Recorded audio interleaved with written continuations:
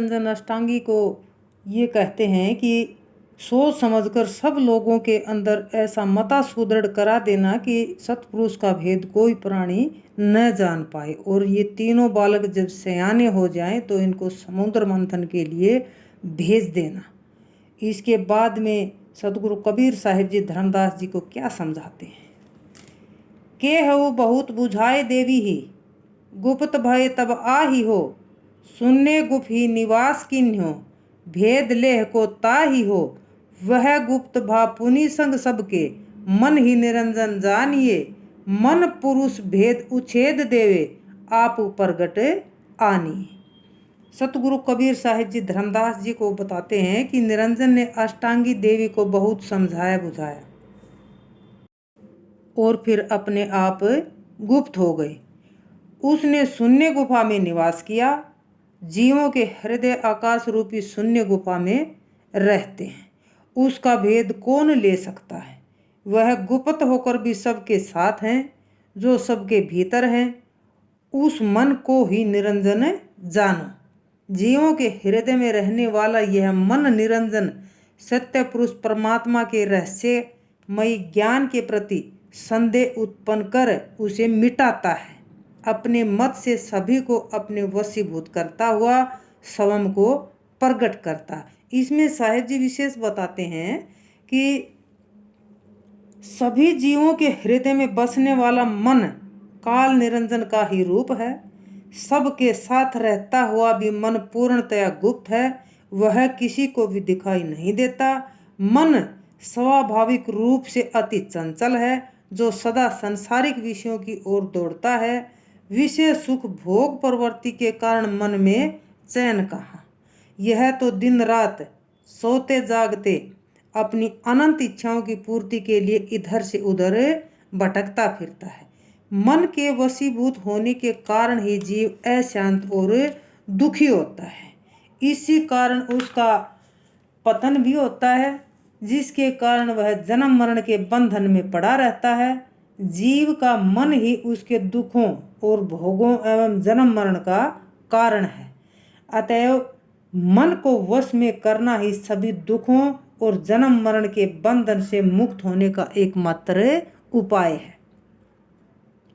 इसी तरह से मन निरंजन ने सब जीवों को अपने वश यानी अधीन कर रखा है। यही सबका स्वामी और उत्पत्ति का कारण है। जीवन कल्याण के लिए यह बहुत ही आवश्यक है कि सतगुरु की सत्य ज्ञान विधि के अनुसार मन को शांत कर भक्ति साधना करनी चाहिए। जीव भयमतिहीन परसी अंग सो काल को, जन्म जन्म भय खीन, मुरुचा कर्म अकर्म को। जीव तथा उसके हृदय के भीतर मन दोनों एक साथ हैं। मतवाला और विषयगामी मन काल निरंजन के अंग स्पर्श करने से जीव बुद्धिहीन हो गए। इसी से अज्ञानी जीव कर्म अकर्म के करते रहने से तथा उनका भोग भोगते रहने के कारण ही जीव का जन्म जन्मांतर तक उद्धार नहीं हो पाता।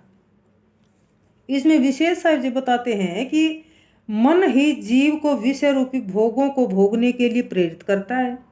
जिसके हृदय तथा मस्तिष्क मलिन यानी पापी हो जाते हैं, उस समय उसे अच्छे बुरे का कोई ज्ञान नहीं रहता और अज्ञानता के वशीभूत होकर वह पाप कर्म करने लग जाता है। जीव सतावे काल, नाना कर्म लगाए के, आप चलावे चाल, कष्ट दे पुनि जीव को। यह मन काल जीव को सताता परेशान करता है। यह इंद्रियों को प्रेरित कर विभिन्न प्रकार के पाप कर्मों में लगाता है।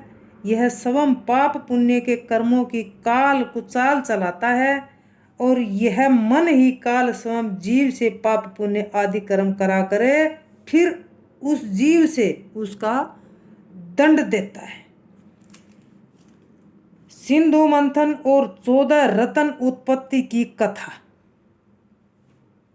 अब आगे किस प्रकार से तीनों बालक सिंधु मंथन करते हैं इस बारे में सुनिए। तेरे बालक जब भये सयाने, पठय जननी सिंधु मथाने, बालक माते खेल खिलहारी, सिंधु मथन नहीं गए उखरारी।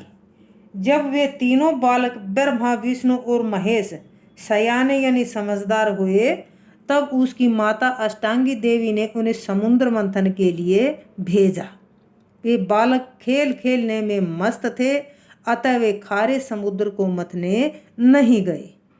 ते ही अंतर एक भयो तमाशा, सोच रितर बूझो धर्मदासा, धार्यो योग निरंजन राई, पवन आरंभ किन बहुताई। सतगुरु कबीर साहब जी कहते हैं कि हे धर्मदास, इसी बीच एक तमाशा हुआ, उस चरित्र को तुम ध्यानपूर्वक समझो। निरंजन राव ने योग धारण किया, उसमें उसने पवन यानी सांस खींचकर पूरक प्राणायाम से आरंभ कर पवन ठहराकर यानी सांस रोककर कुंभक प्राणायाम बहुत अधिक किया। त्याग्यो पवन रहित पुनि जब ही, निक्षेव वेद समास संग तब ही, समास संग गायहु सो वेदा, बिरला जन कोई जाने भेदा। फिर जब निरंजन कुंभक त्याग कर रेचन क्रिया से पवन रहित हुआ, तब उसके सांस के साथ ही वेद निकले, उसके सांस के साथ वेद बाहर आए। वेद उत्पत्ति के इस रहस्य को सही रूप से कोई विरला विद्वान ही जानेगा। अस्तुति किन वेद पुनिताहा, आज्ञा का मोहि निर्गुण नाहा, कहो जाओ करु सिंधु निवासा, जी ही भेटे जहो ती ही पासा। फिर वेद ने वहां पर निरंजन की स्तुति की और कहा कि हे निर्गुण नाथ, मुझे क्या आज्ञा है। तब निरंजन ने वेद से कहा कि जाकर सिंधु में निवास करो तथा जो तुमसे भेंट यानी मिलन हो उसके पास चले जाना। उठी आवाज रूप नहीं देखा, ज्योति अंग दिखलावत भेखा, चले वेद मुनि तेज अपाने, तेज अंत पुनि विष संधाने। वेद को आज्ञा देते समय काल निरंजन की आवाज तो उठी, परंतु वेद ने उसके स्थूल रूप को नहीं देखा। उसने केवल अपना ज्योति स्वरूप दिखलाया। उसके तेज से प्रभावित होकर आज्ञा अनुसार वेद चले। फिर अंत में उस तेज से विष यानी जहर की उत्पत्ति हुई। चले वेद तहमा कह जाई, जहवा सिंधु रचा धर्मराई, पहुँचे वेद तब सिंधु मंझारा, धर्म राय तब युक्ति विधारा। चलते हुए वेद वहां पर जा पहुँचे जहां पर निरंजन ने सिंधु रचा था। तब वेद सिंधु के मध्य में पहुँच गए और फिर निरंजन ने सिंधु यानी समुद्र मंथन की युक्ति का विचार किया। गुप्त ध्यान देवी ही समुझावा, सिंधु मंथन कह कस बिलमावा, पठवहु वेगी सिंधु त्रैवारा, दृढ़ कह सोचू वचन हमारा। और फिर निरंजन ने गुप्त ध्यान से अष्टांगी देवी को याद कराते हुए समझाया और कहा कि बताओ समुद्र मंथन को मथने के लिए देर किस लिए हो रही है। ब्रह्मा विष्णु और महेश हमारे तीनों पुत्रों को समुद्र मंथने के लिए शीघ्र भेजो, मेरे वचन दृढ़ता से मान लो। बहुरी आप पुनि सिंधु समाना, देवी किन मंथन अनुमाना। निरंजन ने अष्टांगी देवी से इसके आगे कहा कि फिर इसके पश्चात तुम स्वयं समुद्र में समा जाना।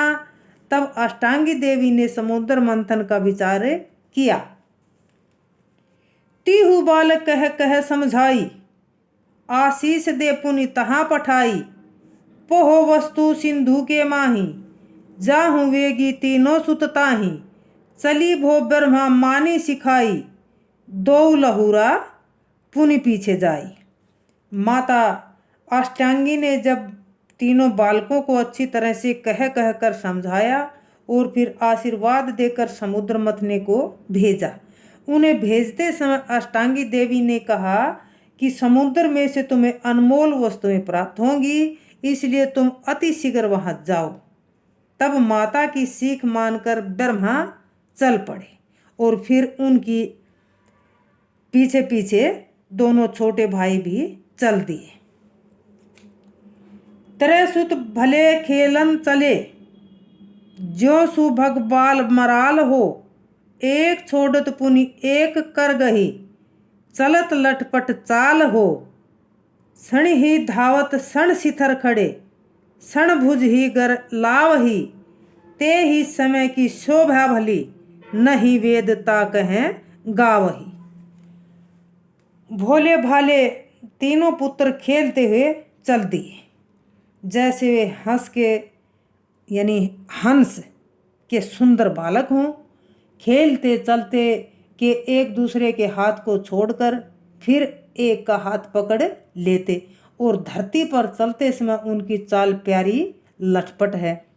क्षण में वे दौड़ पड़ते हैं, क्षण में सितर खड़े हो जाते हैं, क्षण में अपनी बाह एक दूसरे के गले में डाल देते हैं। उस समय की शोभा बहुत ही अद्वितीय है, उसे वेद कहकर नहीं गाते। गए सिंधु के पास, भये ठाठ तीनों जने। युक्ति मथन प्रकाश, एक एक को निरखही। वे तीनों जने जाकर समुद्र के पास जाकर खड़े हो गए। एक दूसरे को देखते हुए समुद्र मथने का उपाय सोचने लगे। और जब प्रथम बार उन्होंने समुद्र मंथन किया तो उन तीनों को क्या अनमोल वस्तुएं समुद्र मथने से प्राप्त होती हैं, इसके बारे में कबीर साहिब जी धर्मदास जी को कल की वीडियो में समझाएंगे।